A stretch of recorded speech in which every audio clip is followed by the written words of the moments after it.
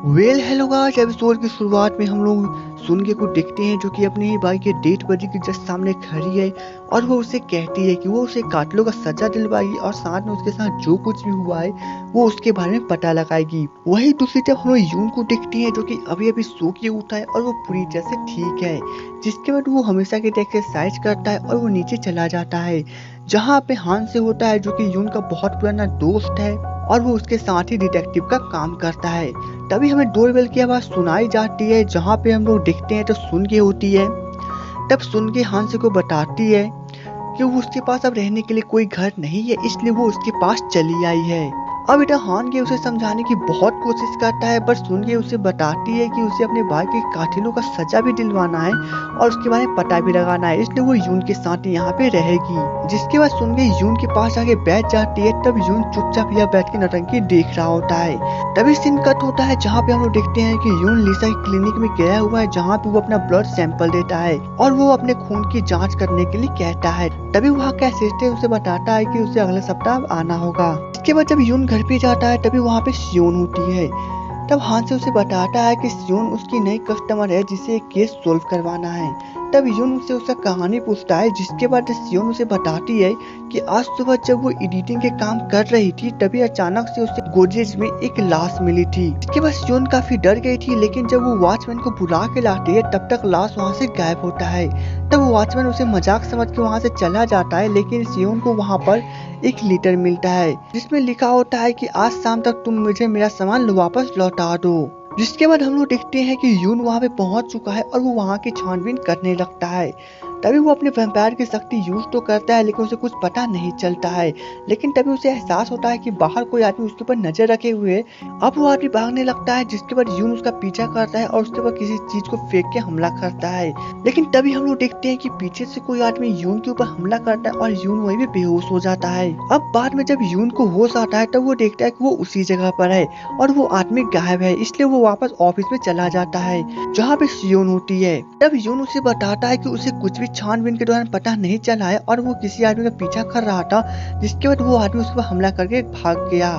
तब सियोन उसे पूछती है कि अब तुम आगे क्या करोगे, जिसपे यून उसे जवाब देता है कि तुम्हारे पास अभी शाम तक का काफी समय है, इसलिए मैं अब तुम्हारे ऊपर नजर रखूंगा और मेरी टीम जाके सारे सबूत ढूंढेंगी। जिसके बाद सीन कट होती है जहाँ पे हम लोग देखते हैं कि सियोन अपना ऑफिस में बैठ के काम कर रही है और यून वहीं पे बाहर में बैठा हुआ है और वो उसके ऊपर नजर रखे हुए है। जिसके बाद यून वहाँ के जूनियर गर्ल से सियोन के बारे में पूछता है। इसके बाद वो जूनियर गर्ल उसे बहुत कुछ बताती है, जैसे कि पार्क बो यून और सियोन एक दूसरे से हमेशा झगड़ते रहते थे और पार्क बो यून काफी जूनियर था और वो यहाँ पे एडिटिंग करने में काफी अच्छा था, लेकिन वो एक कैंडिडेट के पीछे पड़ा हुआ था जहाँ पे वो काफी सारे सबूत को ढूंढ रहा था और उस कैंडिडेट का नाम ली मिन योंग था और वो काफी मशहूर यहाँ का एक लीडर है। तभी यून को सुनगे का कॉल आता है जहाँ पे वो उसे मिलने के लिए बुलाती है। जिसके बाद हम लोग नेक्स्ट सीन में देखते हैं कि यून हांसे के साथ एक आदमी के पास पहुंचता है और वो उसे बताता है कि ये आदमी बहुत दिनों से सियोन के डैड के पीछे लोन के लिए पड़ा हुआ था।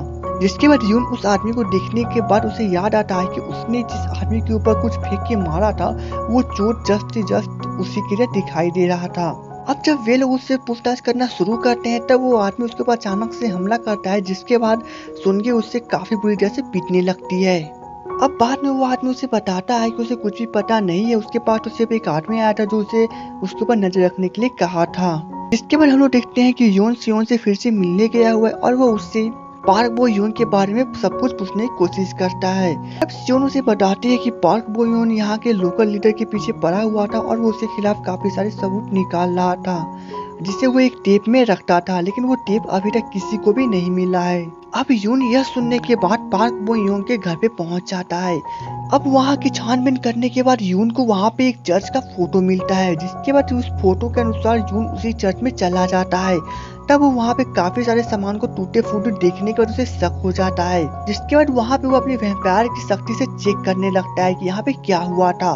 तभी उसे पता चलता है कि किसी ने यहीं पे पार्क बो यून का मर्डर किया था। अब इतना कुछ पता चलने के बाद यून अपनी वैम्पायर की शक्ति से उस लाश के बारे में पता करता है कि वो कहाँ पर है। जिसके बाद वो एक फैक्ट्री के सामने जाकर ड्रिंकिंग करने का नाटक करता है और वहाँ पे बेहोश होने का भी नाटक करता है। तभी वहाँ पे दो लोग आते हैं और वो उसे अपने साथ अंदर लेके चले जाते हैं। जिसके बाद वहाँ पे जाते हैं वो लोग उसे इंजेक्शन देने की कोशिश करते हैं। तभी अचानक से यून उसके ऊपर हमला कर देता है और उसकी वैम्पायर की शक्ति जाग जाती है, जिसके बाद वो उन लोगों को काफी बुरी तरह से पीटने लगता है। और वहाँ की चेकिंग करने पर उसे पता चलता है कि ये एक ड्रग्स की जगह है जहाँ पे काफी सारे ड्रग्स बनाए जाते हैं। और साथ में उसे पता चलता है कि वहीं पे थोड़ी ही दूर पर पार्क बो योंग का लाश भी है, लेकिन वो लाश काफी पुरानी हो चुकी थी, इसलिए वो सड़ गया था और वो उसकी खुशबू को बर्दाश्त नहीं कर सकता था, इसलिए वो वहाँ से बाहर निकल जाता है। अब बाहर निकलते ही यून की पूरी तरह से हालत खराब होती है। तभी वो देखता है कि वहाँ पे काफी सारे गुंडे दौड़ते हुए आ रहे हैं और साथ में ली मिन योंग भी है। अब इधर यून की वैम्पायर की शक्ति तो जागी हुई है, जिसके कारण वो उन लोगों पर हमला कर देता है और वो बड़े ही आसानी से उन लोगों को पीटने लगता है, लेकिन पीटते पीटते थक जाता है। जिसके बाद जब लास्ट में वो ली मिन योंग को गर्दन पकड़ लेता है, उसे पीटने लगता है, तभी वहाँ पर हान से दौड़ते हुए चला आता है और उसे रोकता है। जिसके बाद अचानक से यून वहीं पे बेहोश हो जाता है। अब जब यून की आंखें खोलता है तब वो देखता है कि वो लिसा के क्लिनिक में है।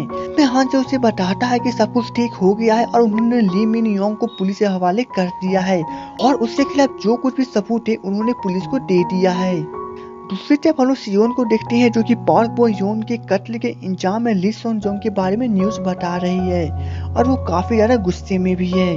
अब बाद में जब यून सियोन से उसी चर्च में मिलने जाता है तब यून पार्क बो योन के बारे में सब कुछ पूछता है, जिसके बाद सियोन उसे बताती है कि वो बहुत साल पहले पार्क बो योन से यहीं पे मिली थी और वो देखती देखती उसे प्यार करने लगी थी और वे दोनों साथ में काम करते थे।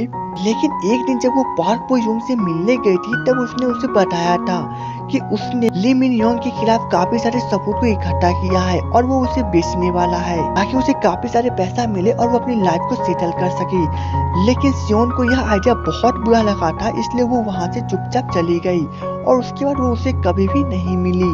तभी यून उसे बताता है कि जब वो उसे घर पे क्लासेस करने गया था तभी वहाँ पे उसे वही कैसेट मिले थे जिससे पार्क बो योंग ने बनाया था और पार्क बो योंग ने ली मिन योंग के साथ कोई भी डील नहीं की थी।